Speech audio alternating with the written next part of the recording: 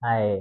So today is July 23 and I did a lot of things na akong nabuhat kanina. First it is nag-shoot me sa Azuela. Kaubang si Sir and also si Sir kasi ito siya, Chayam. Sir Chayam kay Pencil ang clean up is mag-partnership na. Tapos nag-edit ko duha ka video karong day. Yeah, duha ka video, isa ka video sa carousel karon.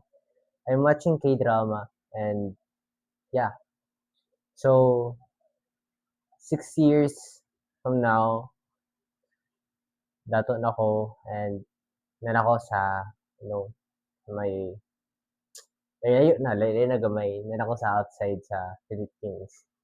6 years from now. So for now is matanaw sa K-drama which is ang katong teach you a lesson pang ano na ko pang 9 na nako and last 2 episode. So yeah, that's it.